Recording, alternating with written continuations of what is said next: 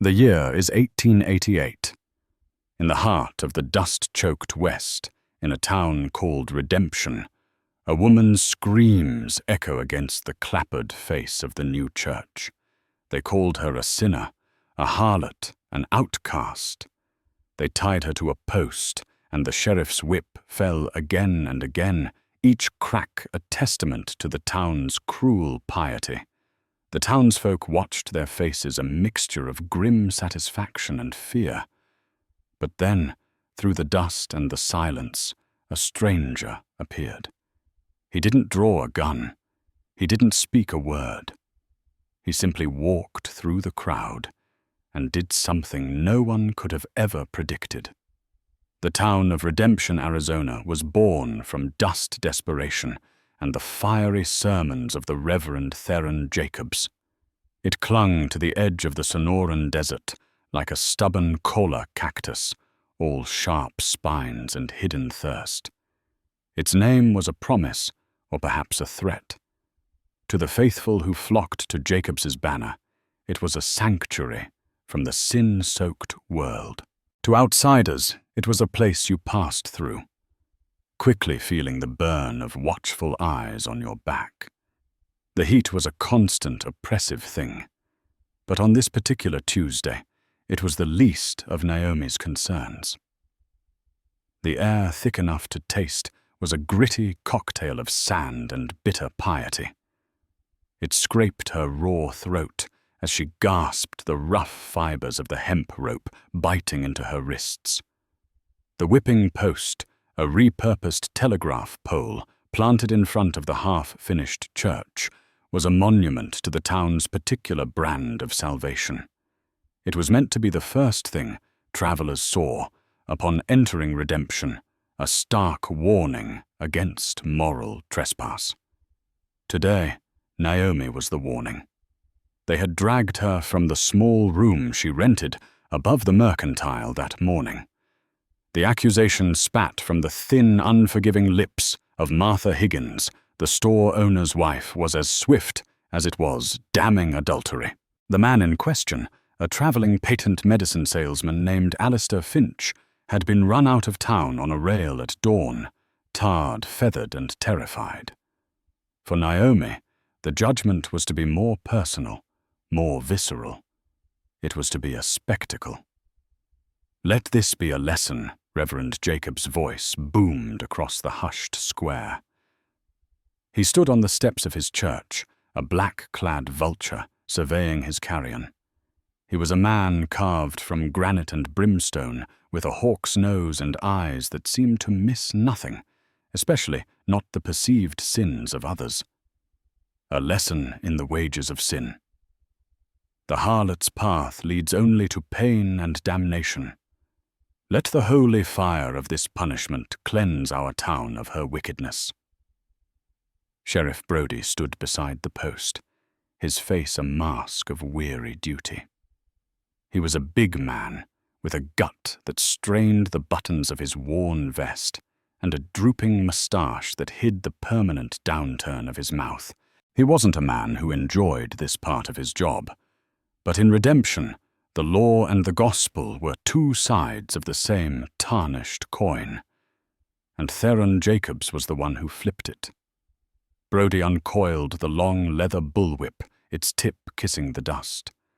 Naomi squeezed her eyes shut, her mind a maelstrom of terror and injustice. It wasn't true, not the way they'd painted it.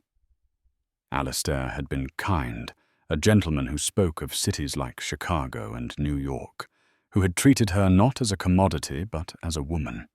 He'd read her poetry. They had shared a meal, a conversation, a single stolen kiss that had felt more innocent than sinful. But Martha Higgins, whose own husband's eyes lingered on Naomi far too often, had seen them through the window.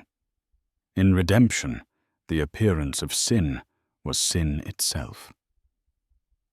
10 lashes, the Reverend pronounced, his voice ringing with righteous finality. To purge the flesh and save the soul. The crowd murmured a low hum of approval and morbid anticipation. These were her neighbors, the woman who'd sold her flour just last week, the blacksmith who'd mended her bucket, the children she'd sometimes offered a piece of candy.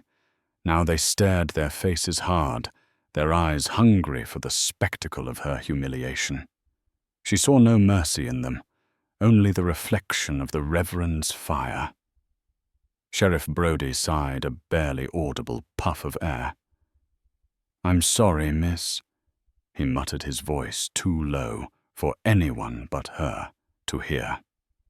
The first lash was a searing shock, a white-hot bolt of lightning that tore through the thin fabric of her dress and split the skin of her back. A scream was ripped from her lungs before she could stop it. The pain was blinding absolute. It stole the air, the light, the very thought of anything but its exquisite agony. The second lash fell, crossing the first. A fresh wave of fire washed over her. She bit her lip until she tasted the coppery tang of blood, determined not to give them the satisfaction of another scream. Tears streamed down her face, carving clean paths through the dust caked on her cheeks. By the fifth lash, the world had dissolved into a haze of pain and shimmering heat. The Reverend's voice was a distant drone, the faces of the crowd a blurry, indistinct sea. Her back was a ruin of raw, bleeding flesh. Each breath was a new mountain of pain to climb. Her knees buckled, her body held up only by the ropes that bound her wrists. She was adrift, lost in an ocean of suffering. And then something changed. A subtle shift in the crowd, a ripple of unease that had nothing to do with her. The murmuring didn't stop, but its texture changed. It became less certain, more questioning. A space was opening up, a path being cleared through the tightly packed bodies. Through the curtain of her tears and the fog of her pain, Naomi saw him. He moved with a quiet, deliberate grace that was at odds with the frantic energy of the day. He was tall and lean, dressed in the simple, trail-worn clothes of a drover or a drifter. A layer of pale dust covered him, from the brim of his low-slung hat to the toes of his scuffed boots, as if he'd been sculpted from the desert itself. His face was unreadable, shadowed by the hat, but it was his stillness that commanded attention. In a town built on loud pronouncements and fervent displays, his silence was a deafening roar. He didn't swagger. He simply walked. The crowd parted for him, as if he were a ghost, their jeers and pious pronouncements dying in their throats. They weren't making way for him out of respect, but out of a sudden, inexplicable uncertainty. He was an unknown quantity, a variable that didn't fit their rigid equation of sin and punishment. Sheriff Brodie had raised the whip for the 6th time. He paused, his arm frozen in mid-air, as the stranger came to a stop just a few feet away. "This is town business, mister," Brodie said, his voice tight. "Keep moving." The stranger didn't respond. He didn't even seem to look at Brodie. His gaze, steady and unnervingly direct, from beneath the shadow of his brim, was fixed on Naomi. It wasn't a look of pity or lust or even anger. It was a look of simple, profound acknowledgement. In that moment, Naomi felt something she hadn't felt since Alistair left. She felt seen. Not as a harlot, not as a symbol, but as a person. "Did you hear me?" Brodie took a half-step forward, trying to reassert his authority. "This ain't your concern." Reverend Jacobs's face had turned a mottled, furious red. "Who is this man? Who dares to interrupt the Lord's justice? Seize him!" "Sheriff." But the sheriff hesitated. There was no weapon in the stranger's hands. His gun belt was tied down the handle of his Colt, worn smooth with use, but he made no move toward it. He just stood there, a silent, immovable object in the path of their righteous fury. His stillness was more intimidating than any drawn weapon. It spoke of a confidence so absolute it had no need for threats. The silent cowboy took another step forward, closing the distance between them. He stopped directly in front of Naomi, so close she could smell the scent of sage and leather and the clean, dry smell of the desert on his clothes. He was a shield, a sudden wall between her and the rest of the world. He still hadn't said a word. With a slow, deliberate motion, he reached out. Not for his gun, not for the sheriff. He reached for her. His hands were calloused and sure. One hand went to the ropes that bound her left wrist, the other to her right. He didn't try to untie the knots. Instead, he simply took hold of her bound hands, his fingers wrapping around hers. His touch wasn't rough, but it was firm, an anchor in the swirling chaos of her pain. He held her. That was all. He just stood there in front of the entire town of Redemption, in front of the furious reverend and the flustered sheriff, and held the hands of the woman they were whipping. He didn't pull her away. He didn't fight. He simply stood with her, sharing her space, absorbing the hatred of the crowd into his own silent presence. He held her hands as if it were the most natural thing in the world, a simple act of human connection that was in that place and at that time the most radical act of defiance imaginable. The whip in Sheriff Brody's hand suddenly felt impossibly heavy. He looked from the stranger's back to the reverend's apoplectic face. To strike now would be to strike them both. The tableau was frozen, the preacher on the steps, the lawman with his whip, the silent cowboy holding the broken woman, and the town of Redemption holding its breath, waiting to see what would happen next. The silence stretched hotter and more suffocating than the desert sun itself. Time seemed to warp in the oppressive heat. The seconds stretched into an eternity. Each one packed with the unspoken tension of a coiled rattlesnake. The silent stranger, this dusty spectre who had appeared from nowhere, did not flinch. His hands, firm and steady, remained clasped around Naomi's. He was a granite boulder against which the town's fury crashed and broke. Sheriff Brody lowered the whip. The leather drooped its tip, falling limp in the dust. He was a man adrift, his compass of authority spinning wildly. His orders came from the reverend, but the man before him obeyed a different older law.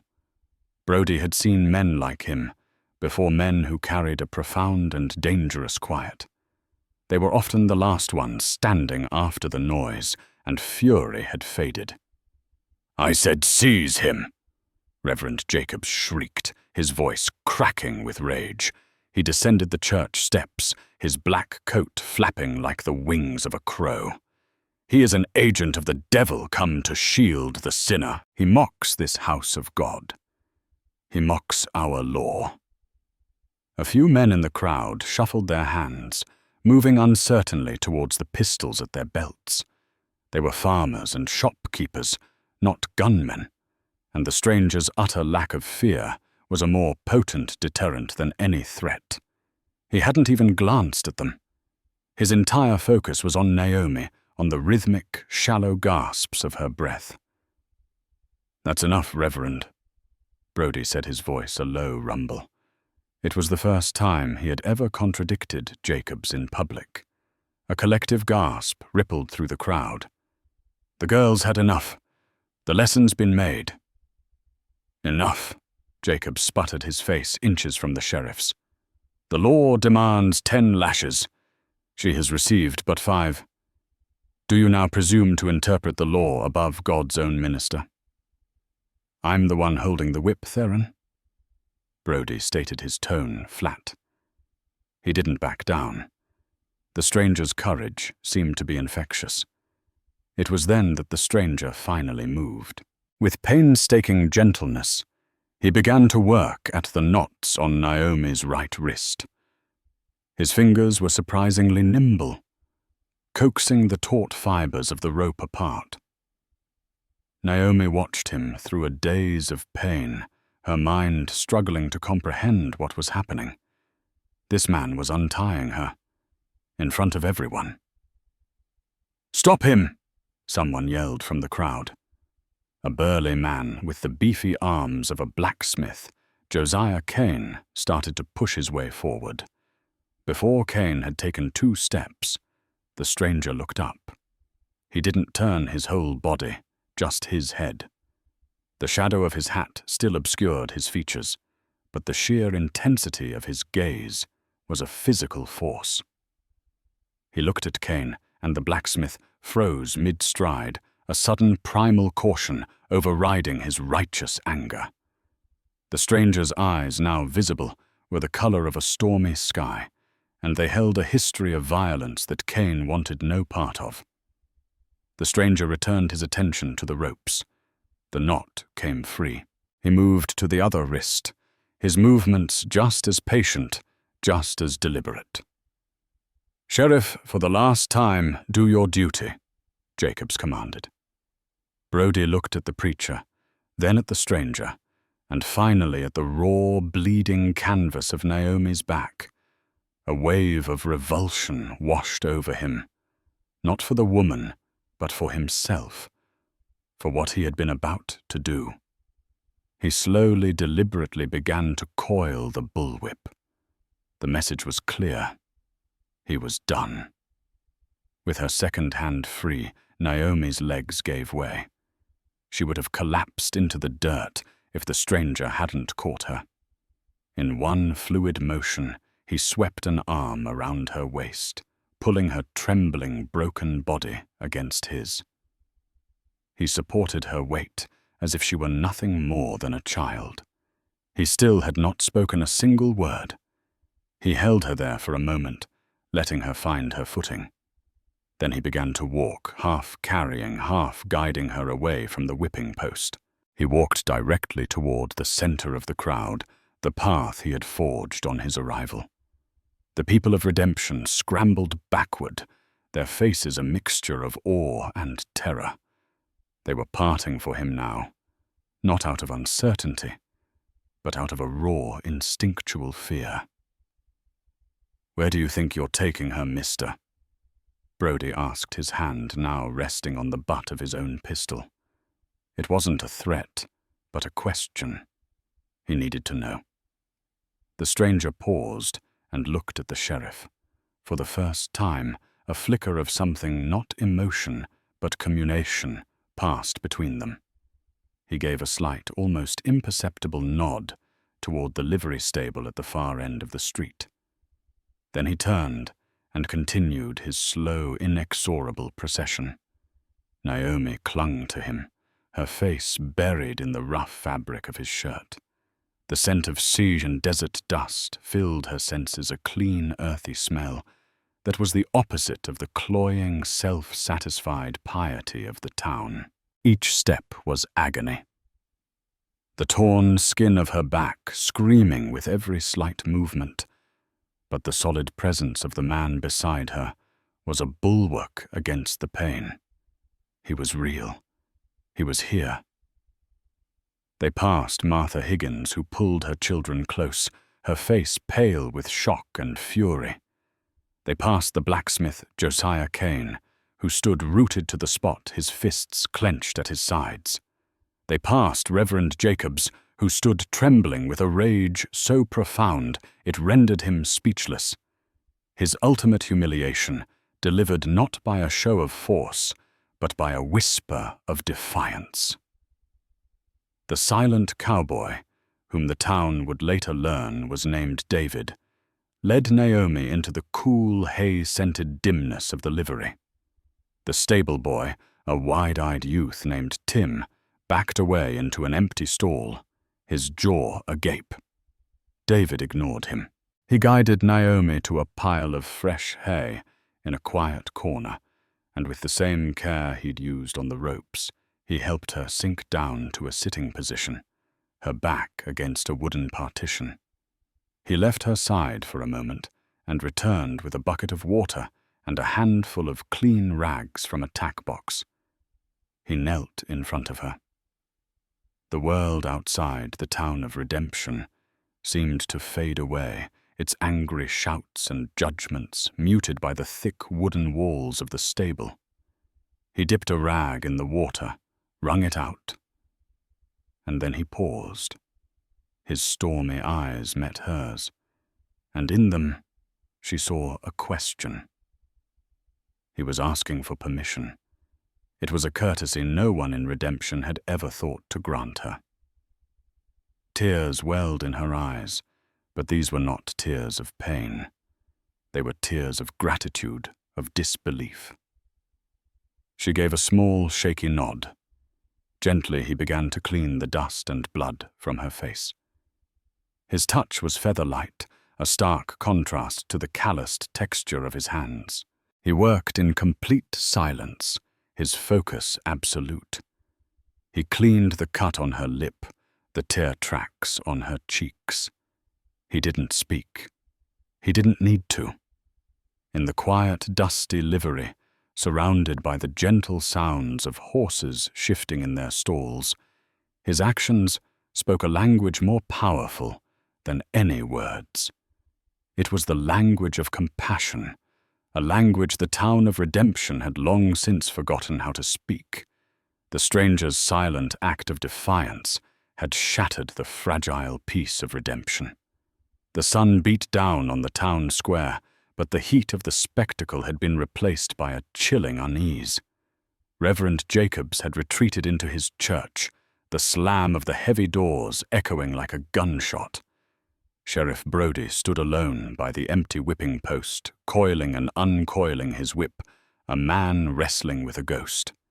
The townsfolk, deprived of their climax, drifted away in small, agitated clusters, their whispers filling the air like the skittering of unseen things in the dust.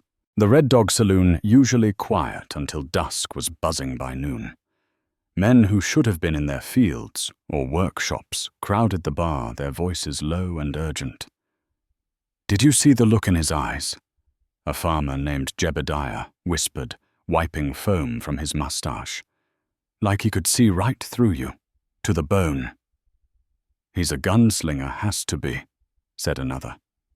"No ordinary man would have the sand to face down the Reverend like that." Josiah Kane, the blacksmith, slammed his mug on the bar. "Gunslinger or not, he made the sheriff back down. Made us all look like fools. We let him just walk away with that woman." The word harlot died on his lips. After seeing the stranger's intervention, the term felt hollow, childish.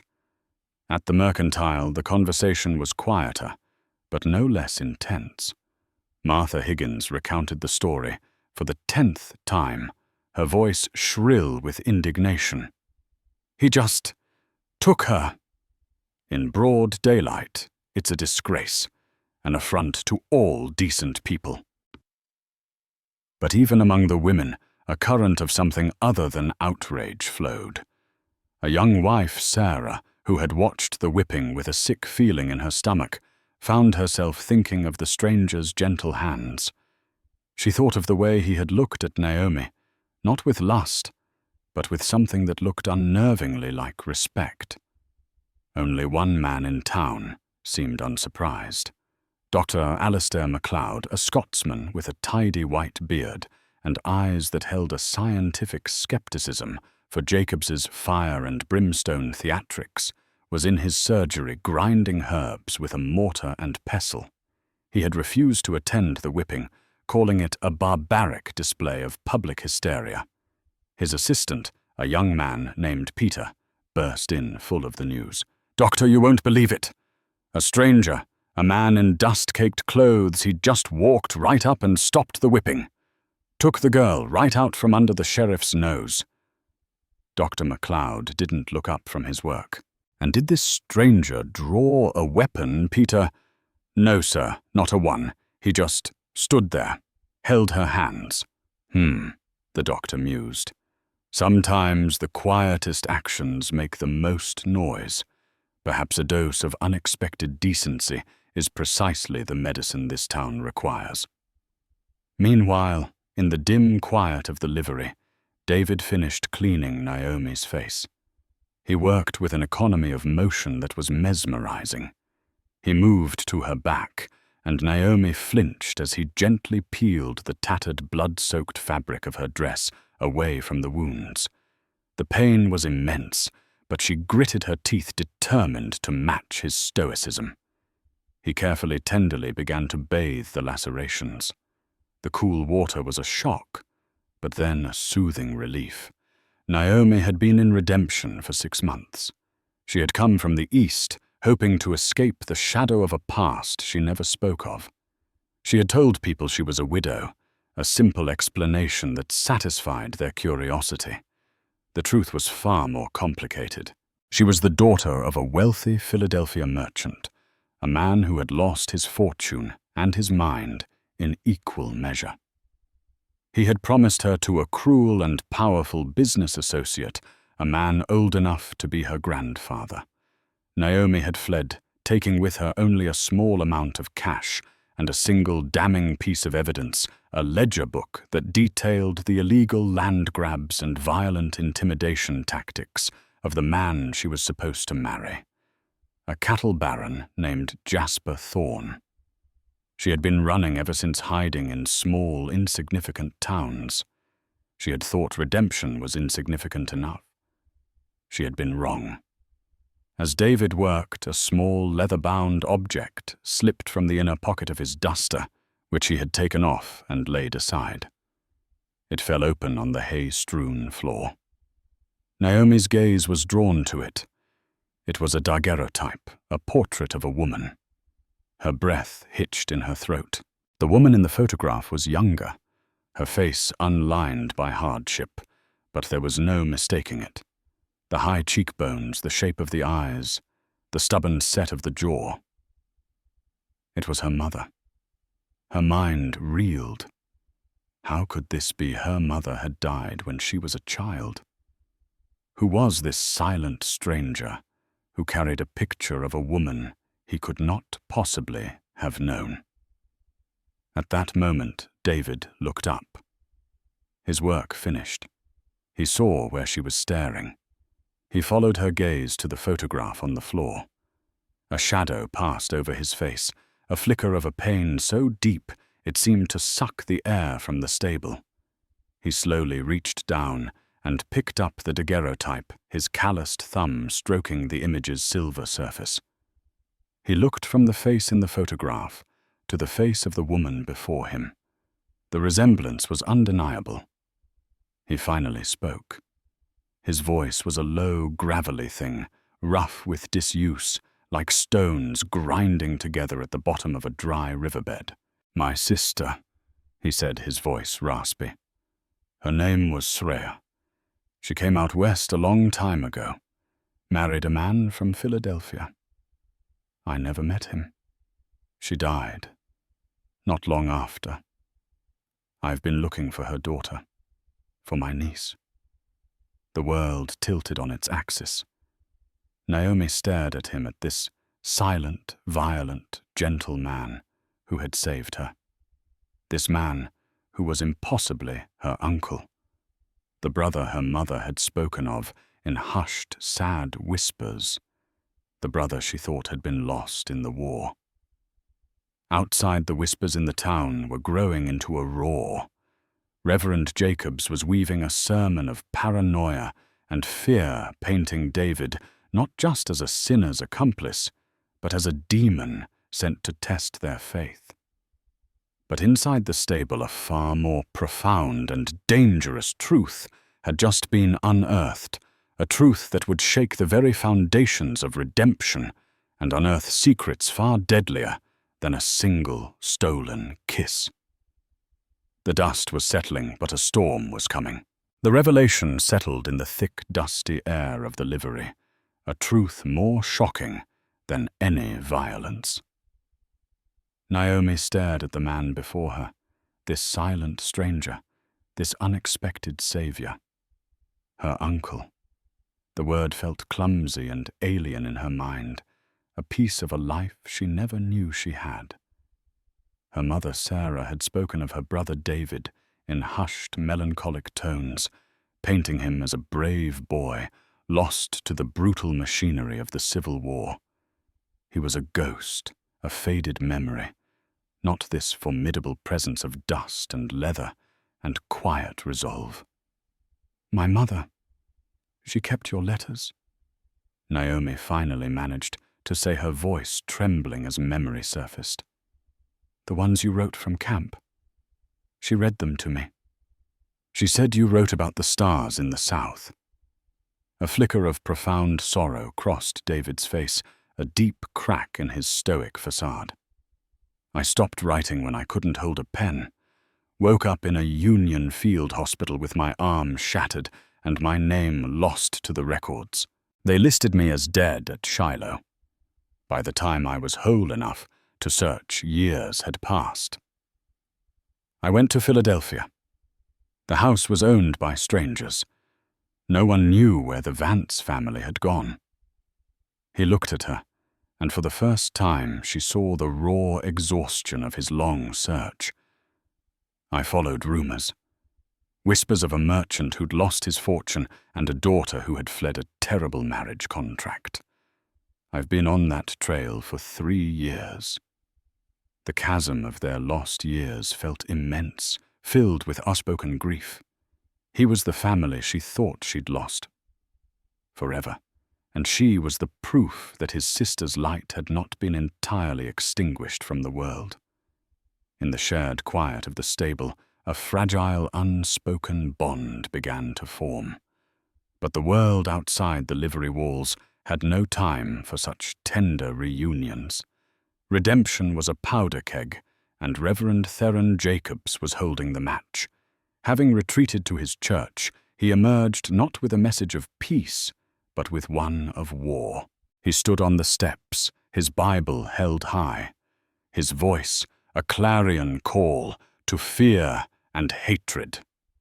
"The serpent has entered our Eden," he roared his voice, carrying across the unnaturally quiet square.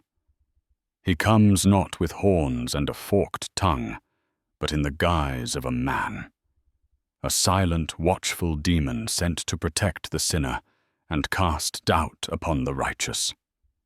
He laid his hands on the harlot, and with his touch he stained her soul beyond redemption. He defied God's law, and now he hides in the shadows, poisoning our town with his very presence. His words were a potent venom, seeping into the cracks of the town's fear. In the Red Dog Saloon, the talk grew louder, bolder. Josiah Kane, the blacksmith, his earlier hesitation burned away by the Reverend's fire, slammed his fist on the bar. "The sheriff's lost his nerve. That stranger, whoever he is, made a mockery of us all. We can't let him stay. We can't let him harbor that woman in our town." The men around him murmured their assent, their courage bolstered by whiskey and the preacher's permission. Even those who had felt a flicker of doubt were swayed. The stranger's silence, once intimidating, was now painted as sinister. His stillness was not confidence, but the coiled patience of a predator. Jacobs was masterfully turning the man's strength into perceived weakness, his defiance into an act of demonic evil. Sheriff Brody watched from his office, the door ajar. He felt a deep, gut-wrenching shame. He had been a participant in the cruelty, and the stranger's quiet courage had only served to highlight his own weakness. He knew Jacobs was twisting the truth, whipping the town into a frenzy for his own ends, but Brody felt powerless. To stand against the Reverend now was to stand against the entire town. He was one man, and the tide of their fury was rising. Only Dr. MacLeod seemed immune to the hysteria. As he tended to a farmer's sick child in his surgery, he listened to the Reverend's distant tirade with clinical disdain. "Hysteria is a disease more contagious than cholera. Peter, he remarked to his young assistant. "And our good Reverend is a most effective carrier. He offers simple answers to complex fears, and people find that immensely comforting. It is easier to believe in a demon you can burn than to confront the darkness in your own heart." Back in the livery, the growing clamor from the town square was an undeniable threat. Naomi, her back now treated with a soothing salve from David's saddlebags, felt the walls closing in. The brief, miraculous joy of finding her uncle was being crushed by the terrifying reality of their situation. "You have to go," she pleaded, her eyes wide with urgency as she looked at David. "They are coming for you, for both of us. The Reverend will not stop until he has seen you punished or driven out. You don't know him. His pride is everything." "I know the type," David said, his voice a low growl. "Men who wrap themselves in a flag or a Bible to hide the fact that they're empty inside."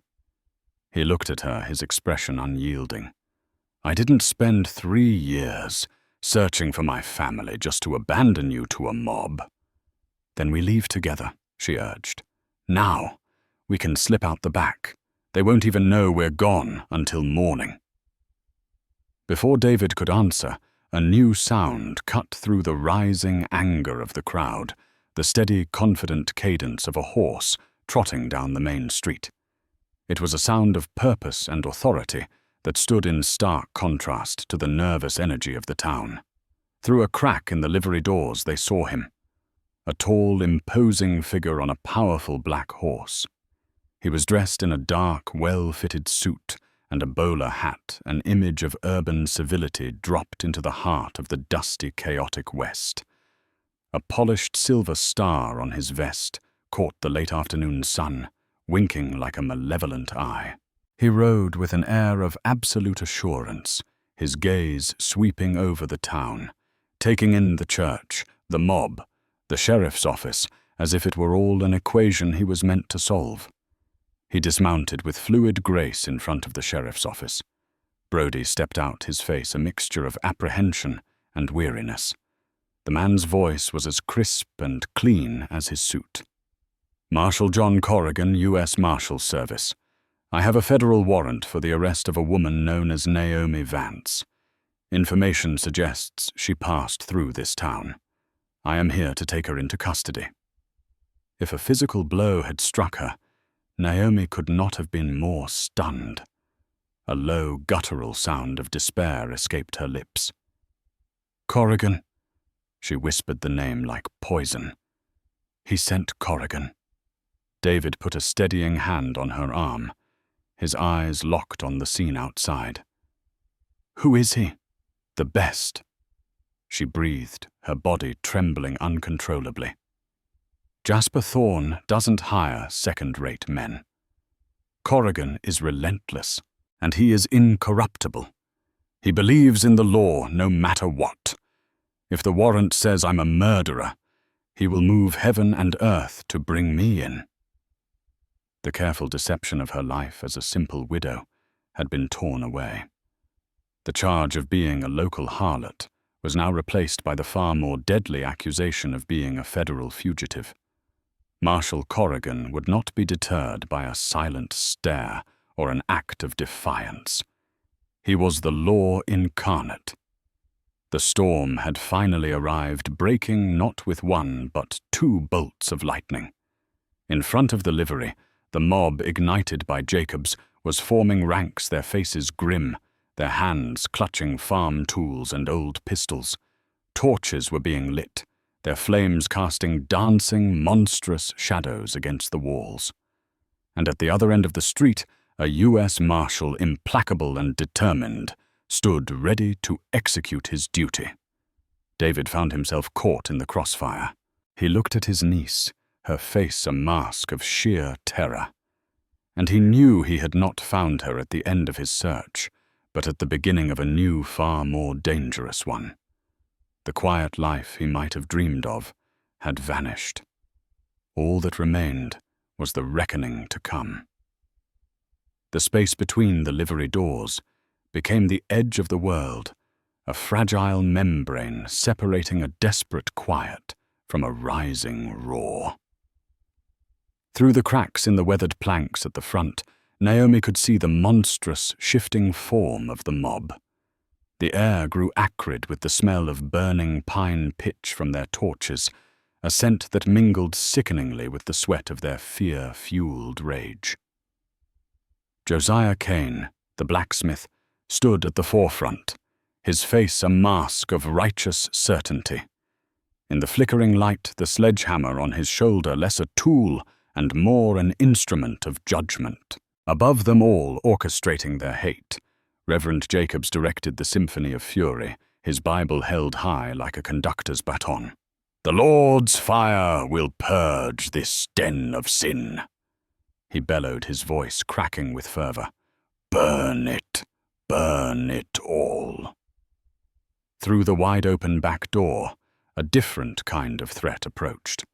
The setting sun cast long, dramatic shadows, silhouetting two figures walking with deliberate purpose. Sheriff Brody, his movements hesitant, his shotgun held loosely at his side like a borrowed prop, and the implacable Marshal John Corrigan, whose every crisp step was a testament to the unbending authority of the federal law. The world had shrunk to this single building, a tinderbox caught between a wildfire and a glacier. "He owns them all." Naomi whispered the words, a ragged exhalation of despair. Her knuckles were white where she clutched the oilskin-wrapped ledger to her chest, a pathetic shield against the coming storm. The sight of the marshal had brought back the chilling memory of Jasper Thorne's study, the smell of cigar smoke and leather, the cold, dead eyes that promised ruin with a polite smile. Judges, senators, lawmen. A warrant from Jasper Thorne is not an accusation. It's a death sentence delivered in advance. Corrigan will believe it. He has to. It's the law. David didn't answer immediately. He methodically ejected the spent casing from his Colt and replaced it with a fresh cartridge, the crisp metallic clicks slicing through the tension. Each click was a punctuation mark in a deadly sentence yet to be written. He was no longer just a drifter, he was a guardian. The long, lonely years of searching had hardened into a singular purpose in this dusty, hay-scented air. He slid the pistol back into its worn holster, his movements fluid and economical. The paper says what Thorne wants it to say. He finally rumbled, his gaze fixed on the approaching lawman, his voice a low counterpoint to the mob's hysteria. "We know the truth. Truth is a poor shield against a bullet, David," she countered, her voice cracking. The weight of her flight, the months of looking over her shoulder, pressed down on her. "What good is the truth when you're in the ground? It's the only thing you take with you," he said, a grim finality in his tone. "Maybe it's a good thing to die for." Their quiet, desperate debate was cut short as Brody and Corrigan reached the back entrance, stopping just outside the fall of shadow. "David." Brody's voice was strained, a plea from a man caught in a vice of his own making. "You need to listen. This is U.S. Marshal Corrigan. He isn't a man you can stare down. He has a federal warrant for the woman's arrest." Brody paused, swallowing hard before forcing the words out. "For robbery and the murder of a geologist named Abernathy in the Colorado Territory." "It's a lie. Abernathy was never in Colorado," Naomi cried out from the livery's depths, her voice filled with the raw anguish of the falsely accused. Marshal Corrigan stepped forward, his piercing blue eyes methodically scanning the darkness within the stable. He was a man who dealt in facts, not emotions. "That's a matter for a federal judge to decide, ma'am," he stated, his tone inflexible, devoid of sympathy. "My duty is to execute this warrant. My advice to you both is to come out with your hands raised. I can guarantee your safety from that mob. I cannot guarantee it from what comes next, if you refuse." At the front, a heavy, splintering thud shook the large double doors as Josiah Kane swung his sledgehammer. "In the name of the people of redemption, open these doors!" he roared, his voice amplified by the eager chorus of the mob. "You're trapped, David," Brody pleaded, taking a half step closer.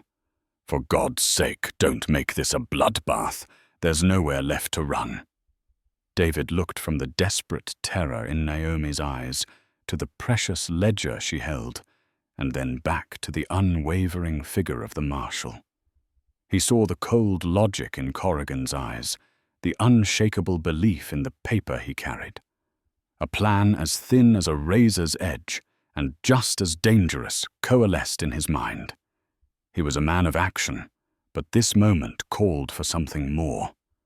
It called for the right words, aimed as precisely as any bullet. His voice, when it came, was not a shout, but a deep, resonant boom that carried with surprising force from the darkness, startling the lawman and even causing a momentary lull in the mob's clamor. "Marshal Corrigan!" Corrigan stiffened his hand, moving to rest on the butt of his holstered pistol, a reflexive gesture of a man accustomed to trouble. "I'm listening. The warrant in your hand is a lie, bought and paid for by a man named Jasper Thorne. Thorne's name carries weight." Corrigan admitted his curiosity, clearly piqued despite his professional composure. "But it doesn't invalidate a federal warrant. You'll need more than accusations from a man hiding in a barn." "I have more." David's voice boomed again, each word carefully chosen. "The woman you're here to arrest has proof. Thorne's personal ledger. It details every crime, every bribe, every land grab. And it details the real murder of geologist Abernathy. The one Thorne committed and then framed her for." The words hung in the air, drifting over the mob at the front like a sudden chilling wind. A wave of confusion rippled through them. This was no longer a simple tale of a harlot and her demonic protector. This was about ledgers, powerful men, and murder, a story far more complex and dangerous than the one their preacher had fed them. They looked at each other, their righteous fury beginning to curdle into a nervous, uncertain silence. Reverend Jacobs's face, illuminated by the torchlight, went slack. The name Jasper Thorne, spoken aloud in this place, was the sound of his doom. His entire position in redemption, the church built on a foundation of lies. The power he wielded, the respect he commanded, was financed by Thorne's blood money. Naomi was a loose end Thorne had ordered him to dispose of quietly. This public spectacle had unraveled everything. Lies. The desperate lies of the devil. He shrieked, his voice climbing an octave with panic. "Pay them no mind. He is trying to poison your souls with his falsehoods. Burn them out." But the seed of doubt had been planted. And just as Jacobs tried to regain control, another voice, calm and rational, cut through the night. "He is telling the truth." Every head turned. Dr. Alastair MacLeod stepped out from the deep shadows of his surgery, holding a lantern high. The steady, clean light seemed to push back against the wild, flickering flames of the mob's torches, a small beacon of reason in a sea of hysteria. "Marshal," the doctor said, his Scottish brogue clear and steady as he addressed Corrigan directly. "The man they accuse this woman of killing geologist Abernathy was never in Colorado last month. He was right here in this town. He was working for Jasper Thorne, surveying the aquifer." Dr. MacLeod paused, letting the weight of his words sink in his gaze, sweeping over the silent crowd. "He confided in me. He was a man of science, not easily given to dramatics. but he was disturbed. He said he had found incontrovertible proof that Thorne was constructing an illegal dam upstream to divert the river, a theft of water that would bankrupt every ranch for 50 miles. Abernathy was a man of conscience. He was going to expose him. Marshal Corrigan's eyes narrowed to slits. He was a hunter of men, and he could smell the stench of a vast and rotten conspiracy. The pieces were falling into place: the flimsy warrant, the overzealous preacher, the mob. And what happened to this man of conscience, Doctor? Dr. MacLeod's gaze shifted, landing squarely on the now trembling Reverend Jacobs. He had a most unfortunate accident on the trail a few days later. A fall, they said. Reverend Jacobs was the one who found the body and hastily arranged the burial. He told Sheriff Brody that it was a simple tragedy and that no examination was necessary. The web was complete. The warrant, the girl, the cattle baron, the preacher, the dead geologist. It was a tapestry of corruption, and Corrigan now held all the threads. "Reverend Jacobs," he said, his voice dropping to a lethally cold temperature that carried across the square. "It appears you and I have a great deal to discuss." Exposed, cornered, and stripped of his authority, Jacobs lost himself to pure animal panic. With a wild cry, he lunged toward Josiah Kane, snatching the pistol from the blacksmith's belt. "The sinners must be purged," he screamed, whirling and aiming the gun not at the livery, but directly at the figure of the U.S. Marshal. He never fired. A single deafening shot cracked from the darkness of the stable, a sound so sharp and final it seemed to split the night in two. The pistol flew from the Reverend's grasp in a spray of blood and splintered wood. Jacobs stared at his mangled hand for a second, in disbelief, before collapsing to his knees, howling in agony and shock. The spell was shattered. The mob, their leader now, a writhing, disgraced man, their cause revealed as a lie, simply dissolved. They stared at their fallen prophet, then at the smoking entrance to the livery, and then at each other. Shame and fear replaced their fury. Torches were dropped, tools lowered. The monstrous beast was dead, leaving only a group of confused and frightened townsfolk in its place.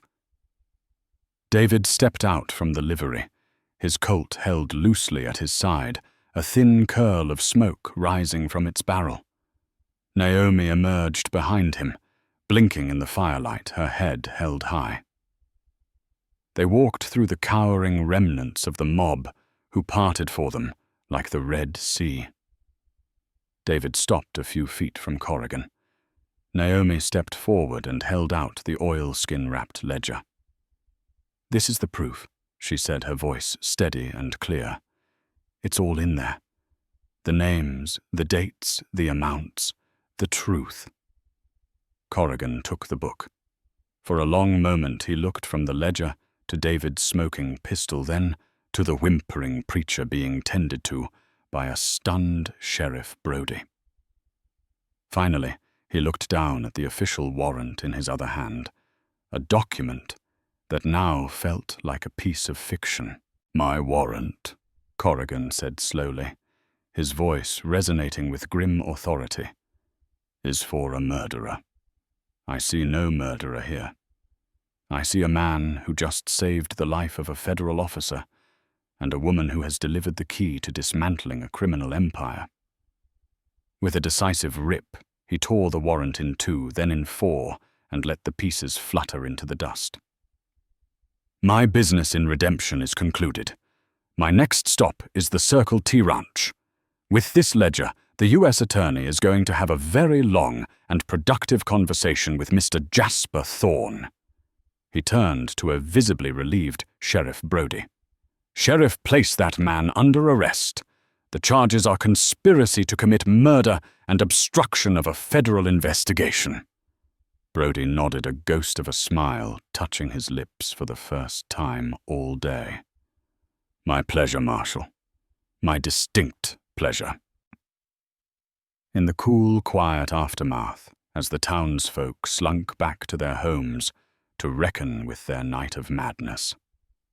David and Naomi stood alone under the vast, star-dusted sky. The danger had passed, but nothing would ever be the same. He had found his family. She had found her freedom. David bought the 2 best horses the livery had to offer, as the first blush of dawn began to erase the stars. They rode west, away from the town that called itself Redemption. They didn't look back, leaving the name as a bitter irony for the people who remained. They were riding into an unknown future, but they were riding into it together, their path illuminated not by burning torches of hate, but by the quiet, resilient light of a truth they had fought for and won. The reckoning was over. Their journey had just begun. And so Naomi and David rode out of the town that called itself Redemption, leaving behind the ashes of hypocrisy and lies. They entered the desert not as a harlot and a drifter, but as family, as survivors forged in the fire of a town's cruel judgment. Their story is a powerful reminder that true justice isn't always found in a sheriff's badge or a preacher's sermon. Sometimes it's found in a quiet act of defiance, in the courage to stand for what is right, even when you stand alone. It's a testament to the fact that even in the harshest of lands and in the darkest of times, compassion can be the most powerful weapon of all. What do you think happens to Naomi and David next on their journey? Let me know in the comments below. If this story of courage and unlikely justice moved you, please give this video a thumbs up. Share it with someone who loves a powerful story, and be sure to subscribe for more tales from the heart of the Wild West. Your support helps us keep these stories alive. Thank you for listening.